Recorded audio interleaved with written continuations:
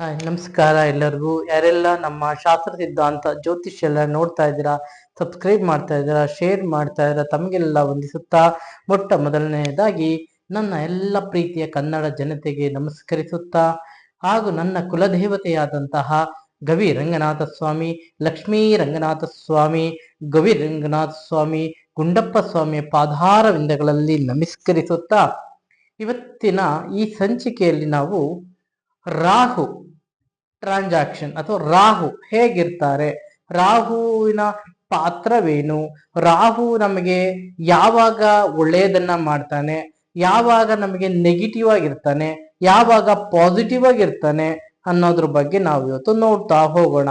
ನಿಮಗೆಲ್ಲ ಗೊತ್ತಿದೆ, ಎಲ್ಲರಿಗೂ ಭಯ. ರಾಹು ಕೇತು ಅಂದ್ಬಿಟ್ರೆ ಅಯ್ಯೋ ರಾಹು ದಶವಂತೆ ಭಯ. ಭಯ ಅನ್ನುವುದು ನಿಮ್ಮ ಹುಟ್ಟಿದಾಗ್ಲೇ ಅದೊಂಥರ ನಮ್ಮ ಹಿರಿಯವರು ಮತ್ತೆ ಈ ಪುರೋಹಿತರು, ಈ ಜ್ಯೋತಿಷ್ಯರು ಏನ್ ಮಾಡ್ಬಿಟ್ಟಿದ್ದಾರೆ, ರಾಹು ಅಂದ್ರೆ ಭಯ ಅನ್ನೋದನ್ನ ನಿಮ್ಮ ತಲೆನಲ್ಲಿ ತುಂಬಿಡಿದ್ದಾರೆ ಇಲ್ಲಿವರೆಗೂ. ಮೊದಲು ಏನ್ ಮಾಡ್ತಾ ಇದ್ರು, ಶನಿ ದಶ ಬರ್ತಾ ಇದೆ, ಶನಿ ಗ್ರಹ ಇದೆ ಅಂದ್ರೆ ಎದುರಿಸೋರು ತುಂಬಾ. ಅಯ್ಯೋ ಶನಿ ದಶವಂತೆ, ಏನೋ ಸಪ್ತಮ ಶನಿ ಅಂತೆ, ಅಷ್ಟಮ ಶನಿ, ಅಯ್ಯೋ ನಿಮ್ದು ಕೇಳಂಗೆ ಇಲ್ಲ, ನಿಮ್ ಜೀವನ ಮುಗದೇ ಹೋಯ್ತು ಅನ್ನಂಗೆ ಹೇಳ್ತಾ ಇರ್ತಾರೆ. ಈಗ ಏನಾಗಿದೆ, ಈಗ ರಾಹುಗೆ ಕನ್ವರ್ಟ್ ಆಗ್ಬಿಟ್ಟಿದೆ ಜಾಸ್ತಿ. ಇವಾಗ ಏನಂತ, ಅಯ್ಯೋ ರಾಹು ಬಂದ್ರು ಮುಗೋಯ್ತು, ನಿಮ್ ಮದುವೆ ಆಗಲ್ಲ, ನಿನಗೆ ಕಾಲದರ್ಭ ದೋಷ, ಆ ದೋಷ, ಈ ದೋಷ, ನಾಗದೋಷ ಎಲ್ಲನ್ನು ಹೇಳಿ ಎದುರಿಸ್ಬಿಡ್ತಾರೆ. ಅತ್ಲಿಗೆ ಎಲ್ಲರಿಗೂ ಎದುರಿಸಿ ನಿಮಗೆ ಭಯವನ್ನ ಮೂಡಿಸ್ತಾರೆ. ನೋಡಿ, ಫಸ್ಟ್ ನಾವು ಜ್ಯೋತಿಷ್ಯಕ್ಕೆ ಕೇಳುವುದಕ್ಕೆ ಮೊದಲು ನಾವು ನಮಗೆ ಹುಟ್ಟು ಸಹಜ, ನಾವ್ ಏನು ಬಂದ್ರು ಅನುಭವಿಸ್ತೀವಿ ಅಂತ ಒಂದು ಧೈರ್ಯದ ಮೇಲೆ ನಾವು ಜೀವನ ಮಾಡ್ತಾನೆ ಇರ್ತೀವಿ. ದಶ ಭುಕ್ತಿಗಳು ಅವಾಗ ನಮಗೆ ನಡೀತಾ ಇರುತ್ತೆ. ರಾಹು ಅಂದ್ರೆ ಅದು ಒಂದು ಗ್ರಹ ಅಷ್ಟೇ, ಇನ್ನೇನು ಇಲ್ಲ ಅಲ್ಲಿ. ಈಗ ನಮಗೆ ಒಂದು ಗ್ರಹ ಶುಕ್ರ ಗ್ರಹ ನೋಡಿ, ಮದುವೆ ಅವನು ಒಳ್ಳೆ ಲಾಟ್ರಿ ಹೊಡಿತಪ್ಪ, ಶುಕ್ರ ದಶೆಲ್ಲ ಅವನೇ ಲಾಟ್ರಿ ಹೊಡಿತು, ಶುಕ್ರ ದಶೆ. ಅದು ಶುಕ್ರ ಒಂದು ಗ್ರಹ ತಾನೆ, ಸೂರ್ಯ ಒಂದು ಗ್ರಹ ತಾನೆ, ಗುರು ಒಂದು ಗ್ರಹ ತಾನೆ. ಹಾಗೆ ರಾಹು ಕೇತುಗಳು ಕೂಡ ಗ್ರಹಗಳೇ, ಆದರೆ ಅವು ಏನಂದ್ರೆ ಅದಕ್ಕೆ ಯಾವುದೇ ರೀತಿಯ ಮನೆಗಳಿಲ್ಲ ಅಷ್ಟೇ. ಪರ್ಟಿಕ್ಯುಲರ್ ಆಗಿ ಎಲ್ಲೂ ಈಗ ಬುಧಗೆ ಮನೆ ಇದೆ, ಮಂಗಳನಿಗೆ ಮನೆ ಇದೆ, ಮಾರ್ಸ್ ಅಂತ ಕರಿತೀವಿ, ವೆನೂಸ್ ಅಂತ ಕರಿತೀವಿ, ಜುಪಿಟರ್ ಅಂತೀವಿ, ಮರ್ಕ್ಯುರಿ ಅಂತೀವಿ, ಧನಸ್ಸು ಸಿಗಿಟೇರಿಯಸ್ ಅಂತ ಕರಿತೀವಿ, ದೆನ್ ಶನಿ ಸ್ಯಾಟ್ರನ್ ಅಂತ ಕರಿತೀವಿ. ನೋಡಿ, ಎಲ್ಲಾ ಗ್ರಹಗಳಿಗೂ ಮನೆಗಳಿವೆ. ಆದರೆ ರಾಹು ಮತ್ತೆ ಕೇತುವಿಗೆ ಮಾತ್ರ ಮನೆಗಳಿಲ್ಲ ಅಲ್ಲಿ. ಅವು ಛಾಯಾಗ್ರಹಗಳು ಅಂತ ಕರಿತೀವಿ. ಛಾಯಾ ಅಂದ್ರೆ ನೆರಳಿನ ಗ್ರಹಗಳು, ಶಾಡೋಸ್ ಅಂತ ಕರಿತೀವಿ ನಾವು ಅದಕ್ಕೆ.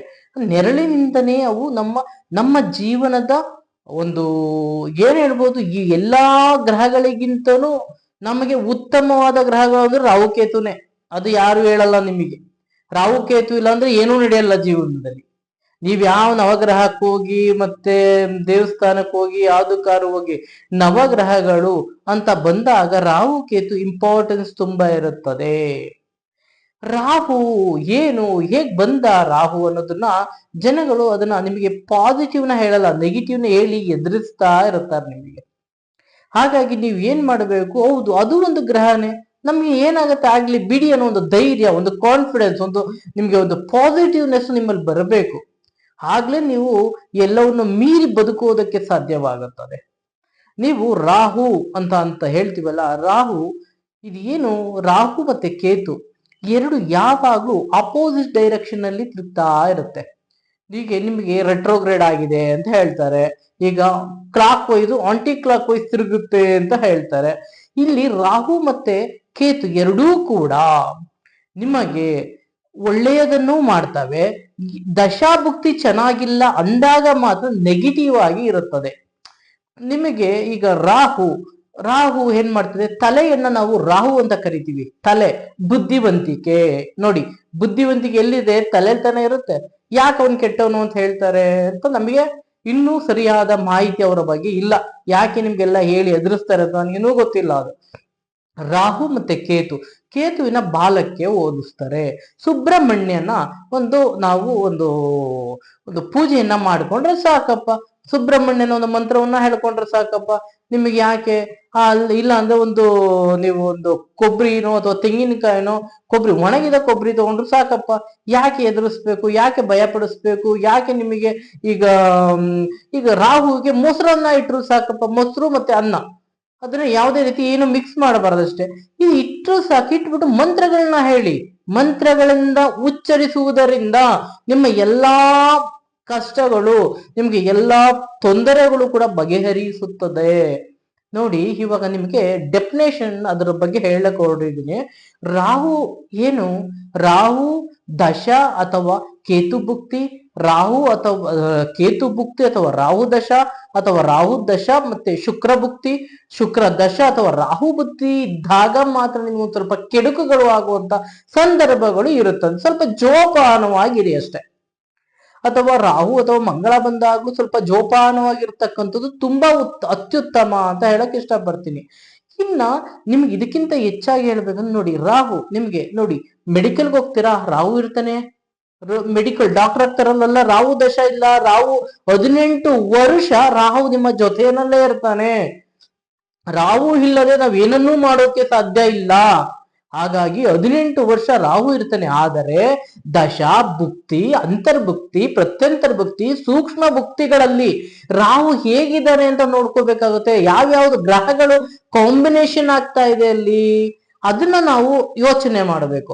ಆವಾಗ ನಮಗೆ ಚೇಂಜಸ್ ಆಗ್ತಾ ಇರುತ್ತೆ. ನೋಡಿ, 18 ವರ್ಷ ರಾಹುನೇ ನಿಮ್ಗೆ ಎಲ್ಲಾನು ಮಾಡ್ತಾನೆ ಇಲ್ಲ. ರಾಹು ಜೊತೆ ಶನಿ ಸೇರ್ಕೊಂಡಾಗ ನಿಮ್ಗೆ ಹೆಂಗ್ ಒಳ್ಳೇದಾಗತ್ತೆ? ಇಬ್ರು ಒಂದೇ ಕ್ಯಾಟಗರಿ ಬಂದ್ಬಿಡ್ತಾರೆ, ನಿಯರ್ ಬೈ ಒಂದೇ ಕ್ಯಾಟಗರಿ ಇಬ್ರು ಕೂಡ. ಮತ್ತೆ ಇವರು ಜಾಸ್ತಿ ಗೋಮೇಧಿಕವನ್ನ ಯೂಸ್ ಮಾಡಿ, ರಾಹು ದಶದಲ್ಲಿ ಗೋಮೇಧಿಕವನ್ನ ಯೂಸ್ ಮಾಡಿದ್ರೆ ನಿಮ್ಗೆ ಅಷ್ಟೊಂದೇನು ಪ್ರಾಬ್ಲಮ್ಗಳು ಕಾಣಿಸುವುದಿಲ್ಲ, ನಿಮಗೆಲ್ಲ ಒಳ್ಳೇದಾಗ್ತಾ ಬರುತ್ತೆ. ಆ ನಂತರ 1000 ಬಾರಿ ನೀವು ವಿಷ್ಣುವಿನ ಮಂತ್ರವನ್ನ ಹೇಳ್ಕೊಳ್ಳೋದು, ಗಾಯತ್ರಿ ಮಂತ್ರವನ್ನ ಹೇಳ್ಕೊಳ್ಳೋದು ಮಾಡುವುದರಿಂದನೂ ನಿಮಗೆ 1,00,000 ಬಾರಿ ನೀವು ಗಾಯತ್ರಿ ಮಂತ್ರ ಹೇಳಿದ್ರೆ, ದುರ್ಗೆ ಗಾಯತ್ರಿ ಮಂತ್ರವನ್ನ ಜಪಿಸುವುದರಿಂದ, chant, you can chant Gayatri mantra minimum 1,00,000 time. Or Guru Jupiter 1,000 time Vishnu Sahasranama. If you chant, nothing will happen in your life, everything will positive to you. ಹಾಗಾಗಿ ನೀವೆಲ್ಲರೂ ಕೂಡ ಯಾವಾಗ್ಲೂ ರಾಹುವನ್ನ ಪಾಸಿಟಿವ್ ಆಗಿ ತಗೊಳ್ಳಿ. ಜೊತೆಗೆ ಮೆಡಿಕಲ್, ನಾನು ಹೇಳಿದೆ ಟ್ಯಾಬ್ಲೆಟ್ ಬಂತು, ರಾಹು ಇದನಲ್ಲಿ. ನಿಮಗೆ ಡಾಕ್ಟರ್ ಆಗ್ತಾ ಇದ್ದೀರಾ, ರಾಹು ಇದನಲ್ಲಿ. ನರ್ಸ್ ಆಗ್ತಾ ಇದ್ದೀರಾ, ಅಲ್ಲಿ ರಾಹು ಇದ್ದಾನೆ. ನೀವು ಕಂಪ್ಯೂಟರ್ ನೋಡ್ತಾ ಇದ್ದೀರಿ, ರಾಹು ಇದ್ದಾನೆ. ನೀವು ಯಾವ್ದೋ ಬಿಲ್ಲಿಂಗ್ ಮಾಡ್ತಾ ಇದ್ದೀರಿ, ರಾಹು ಇದ್ದಾನೆ. ಅಪ್ಡೇಟಿಂಗ್, ಕಂಪ್ಯೂಟರ್ ಅಪ್ಡೇಟಿಂಗ್, ನಿಮಗೆ ರಾಹು ಇದನ್ನಲ್ಲಿ. ಮತ್ತೆ ನೀವು ಯಾವ್ದೋ ಒಂದು ಹೋಟ್ಲುಗಳಿಗೆ ಹೋಗ್ತೀರಾ, ಅಲ್ಲಿ ಬಿಲ್ ಕೊಡ್ತಾರೆ, ಫ್ಲೈಟ್ ಟಿಕೆಟ್ ತಗೋತೀರಾ, ಎಲ್ಲ ರಾಹುವಿನ ಮಾಯೆ. ಎಲ್ಲ ರಾಹು, ನಮಗೇನು ಕಾಣಿಸ್ತಾ ಇಲ್ಲ, ಕಣ್ಣಿಗೆ ಕಾಣಿಸದೆ ಆಗ್ತಕ್ಕಂಥ ಕೆಲಸಗಳೆಲ್ಲವನ್ನು ನಾವು ರಾಹುವಿಗೆ ಹೋಲಿಸ್ತೀವಿ. ಹಾಗಾಗಿ ಈಗ ನಾನು ಹೋಗಿ ಕುಡಿತಾ ಇದ್ದೀನಿ, ಒಬ್ಬ ಹೋಗಿ ಎಣ್ಣೆ ಹೊಡಿತಾ ಇದ್ದಾನೆ, ರಾಹು ಜಾಸ್ತಿ ಇದ್ದಾಗ ಅವ್ನು ಏನ್ ಬೇಕಾದ್ರೂ ಮಾಡ್ತಾನೆ. ಅದೇ ರಾಹು ಚೆನ್ನಾಗಿದ್ರೆ ಕುಬೇರ ಕೂಡ ಆಗ್ಬಿಡ್ತಾನೆ. ಯಾರು ಹೇಳಿದ್ ನಿಮ್ಗೆ ರಾಹು ಇದ್ರೆ ಏನು ಆಗಲ್ಲ ಅಂತ ಯಾರು ಹೇಳಿದ್ರು? ಅವ್ರು ಹೇಳಿ. ರಾಹು ಇದ್ದಾಗ ಗಜಕೇಸರಿ ಯೋಗನೂ ಬರುತ್ತೆ. ಗಜಕೇಸರಿ ಯೋಗ ಕೂಡ ರಾಹು ದಶೆಯಲ್ಲೇ ಬರೋದು. ರಾಹು ದಶೆ ಇದ್ದು ಅವರಿಗೆ ಚೆನ್ನಾಗಿದ್ರೆ ಗ್ರಹಗತಿಗಳನ್ನ ನೋಡಿ, ಜಾತಕಗಳನ್ನ ನೋಡ್ಕೊಳ್ಳಿ. ಕರೆಕ್ಟ್ ಆಗಿ ನಿಮ್ಮ ಜಾತಕನ ಪರ್ಟಿಕ್ಯುಲರ್ ಆಗಿ ಪ್ರೊಫೆಷನಲ್ ಅಸ್ಟ್ರಾಲಜರ್ಸ್ಗೆ ತೋರಿಸಿ. ರಾಹು ಇದ್ದಾಗ ಗಜಕೇಸರಿ ಯೋಗ ಕೂಡ ಬರುತ್ತೆ ನಿಮಗೆ. ಯಾಕೆ ಎದುರಿಸಿ ನಿಮ್ಗೆಲ್ಲ ಭಯ ಪಡಿಸ್ತಾರೆ ಅಂತ ನಮ್ಗೆ ಇನ್ನೂ ತಿಳಿದಿಲ್ಲ ಅದು. ಆಮೇಲೆ ಅದಾಯ್ತಾ, ನಿಮ್ಗೆ ಮನೆ ಕಟ್ತಾ ಇದ್ದೀರಾ, ರಾಹು ದಶೆ ಇರ್ಬೇಕು. 1 ಮನೆ ಕಟ್ತೀರಾ ನೀವು, ರಾಹು ದಶೆ ಚೆನ್ನಾಗಿರ್ಬೇಕು ನಿಮಗೆ. ಫಾರಿನ್ಗೆ ಹೋಗ್ತಾ ಇದ್ದೀರಾ, ರಾಹು ದಶೆ ಇದೆ ನಿಮಗೆ. ಜರ್ನಿ, ರಾಹು ಟೈಮಲ್ಲಿ ಓಡಾಡ್ಬೇಡಿ ಹೇಳ್ತಾರೆ ಅಲ್ವಾ. ರಾಹು ದೇಶದಲ್ಲಿ ಓಡ್ಬೇಡ ಕಣಪ್ಪ, ರಾಹು ದೇಶದಲ್ಲಿ ಹೋಗ್ಬೇಡ ಕಣಪ್ಪ, ರೋಡಲ್ಲಿ ಹೋಗ್ಬೇಡ ಕಣಪ್ಪ, ಟ್ರಾವೆಲಿಂಗ್ ಮಾಡಬೇಡ. ರಾಹು ಇದ್ದಾಗ ಅವನು ಅಬ್ರಾಡ್ ಹೋಗ್ತಾನೆ. ಅದರ ಜೊತೆಗೆ ರಾಹು ಇದ್ದಾಗ ರಾಹು ನಮಗೆ ಯಾವುದನ್ನು ಈ ಕೆಲವೊಂದು ಗ್ರಹಗತಿಗಳಲ್ಲಿ, ದಶಾಭುಕ್ತಿಗಳಲ್ಲಿ ಮಾತ್ರ ರಾಹು ನಮಗೆ ನೆಗೆಟಿವ್ ಆಗಿ ಕಾಣಿಸ್ತಾನೆ. ಬಿಟ್ರೆ ಬೇರೆ ಎಲ್ಲಾ ತರ ಅದು ಒಂದು ಗ್ರಹನೇ. ಯಾಕೆ ನಮಗೆ ಆ ಭಾವನೆ ಇಲ್ಲ ಅನ್ನೋದು ನಮ್ಗೆ ಕ್ವಶನ್ ಮಾರ್ಕ್ ಆಗಿ ಇವತ್ತು ಎಲ್ಲರಿಗೂ ಕಾಡ್ತಾ ಇದೆ ಅದು. ಹಾಗಾಗಿ ರಾಹು ಏನ್ ಮಾಡ್ತಾನೆ, ಈಗ ನೀವು ಏನಾದ್ರೂ ಸ್ವಲ್ಪ ಏನಂದ್ರೆ, ಈ ರಾಹು ಇದ್ದಾಗ ಈ ಶನಿ ದಶ ಭುಕ್ತಿ ಇರ್ಬೋದು, ಕೇತು ಭುಕ್ತಿ ಇರ್ಬೋದು. ನೋಡಿ, ಕೇತುವಿನ ನಾವು ಮೋಕ್ಷಕಾರಕ ಅಂತ ಕರಿತೀವಿ. ಕೇತು ಮೋಕ್ಷಕಾರಕ, ರಾಹು ಧನಕಾರಕ. ನಿಮಗೆ ಗೊತ್ತಿರ್ಲಿ, ರಾಹು ಇದ್ದಾಗ ನಿಮ್ಗೆ ಧನ ಕೂಡ ಬರುತ್ತೆ. ರಾಹು ಇದ್ದಾಗ ನೀವು ಶ್ರೀಮಂತರಾಗ್ತೀರಿ. ಅನ್ಎಕ್ಸ್ಪೆಕ್ಟೆಡ್ ಲಕ್ ನಿಮ್ಗೆ ಇವೆಲ್ಲ. ಯಾವಾಗ, ಹೇಗೆ, ಎಲ್ಲಿ ನಿಮ್ಗೆ ಏನಾಗುತ್ತೋ ಗೊತ್ತಿರಲ್ಲ. ಒಂದೇ ಸತಿ ಜಂಪ್ ಆಗ್ಬಿಡ್ತೀರಿ, ರಾಜಯೋಗ. ಒಂದೇ ಸತಿ ಅವ್ನು ಯಾರನ್ನೋ ಹೋಗಿ, ಫಾರ್ ಎಕ್ಸಾಂಪಲ್ ರಾಹು ಚೆನ್ನಾಗಿದ್ದಾನೆ ಅಂದ್ರೆ ಅವನು ಪ್ರೈಮ್ ಮಿನಿಸ್ಟರ್ ಆದ್ರೂ ಆಗ್ಬೋದು, ಚೀಫ್ ಮಿನಿಸ್ಟರ್ ಆದ್ರೂ ಆಗ್ಬಹುದು. ಹಾಗಾಗಿ ರಾಹು ನೆಗೆಟಿವ್ ಅನ್ನೋದಕ್ಕಿಂತ ಅದು ದಶಾಭುಕ್ತಿಗಳನ್ನ, ನಿಮ್ಮ ಜಾತಗಳನ್ನ ನೋಡ್ಕೊಳ್ಳಿ. ಯಾವಾಗ ಕೆಟ್ಟದಾಗಿದೆ, ಯಾವಾಗ ಒಳ್ಳೇದಿದೆ, ಆ ಟೈಮಲ್ಲಿ ರಾಹು ನಿಮಗೆ ಒಳ್ಳೆಯದನ್ನೇ ಮಾಡ್ತಾನೆ. ರಾಹು ಬುದ್ಧಿಗೆ ಕಾರಕನು ಕೂಡ ಆಗಿರ್ತಾನೆ. ತಲೆಯನ್ನ ತೋರಿಸ್ತಾರೆ ರಾಹುಗೆ. ಬುದ್ಧಿ, ನಿಮಗೆ ಏನೋ ಒಂದು ಇಂಟೆಲಿಜೆನ್ಸ್ ನೀವು ನೋಡ್ತಾ ಇದ್ದೀರಿ, ರಾಹು ಇರ್ತಾನಲ್ಲಿ. ಹಾಗಾಗಿ ನಿಮಗೆ ಎಲ್ಲಾ ತರದ ವಿದ್ಯೆನೂ ಕೂಡ ಚೆನ್ನಾಗಿ ಬರುತ್ತೆ. ರಾಹು ಇದ್ದಾಗ ಸಡನ್ ಆಗಿ ಕಟ್ ಆಗೋ ಚಾನ್ಸಸ್ ಕೂಡ ಇರುತ್ತೆ. ಅದನ್ನ ನೋಡ್ಕೊಂಡು ಜಾತಕವನ್ನ ನೋಡ್ಕೊಳ್ಳಿ. ಹಾಗಾಗಿ ರಾಹು ನಾಗ ಅಂದ್ರೆ ಅದು ಕೂಡ ನಾವು ಸುಬ್ರಹ್ಮಣ್ಯ ಅಂತ ಕರಿತೀವಿ. ರಾಹು ಅಂದ್ರೆ ಏನು, ಅದು ಕೂಡ ಹಾವು. ಓಕೆನಾ? ಹಾವು ಎಲ್ಲಿ, ನೀಲಕಂಠ. ನಾವು ಯಾರನ್ನ ಕರಿತೀವಿ, ವಿಶ್ವನ ನೀಲಕಂಠ. ಎಲ್ಲಿ, ಈಗ ನಾವು ಅಮೃತ ಕಡಿಬೇಕಾದ್ರೆ ಹಾವನ್ನ ಹಿಡ್ಕೊಂಡು ಕಡದ್ರಲ್ವಾ, ಅದನ್ನ ಅವನು ವಿಷ ಬಂತು, ನೊರೆ ಬಂತಲ್ಲ, ಅದನ್ನ ಶಿವ ಬಂದು ಕುಡಿದಿದ್ದು, ಅದು ವಿಷಕಂಠ. ಆಗ ಪಾರ್ವತಿ ಬಂದು ಏನ್ ಮಾಡ್ತಾಳೆ, ಗಂಟಲನ್ನ ಹಿಡ್ಕೋತಾಳೆ.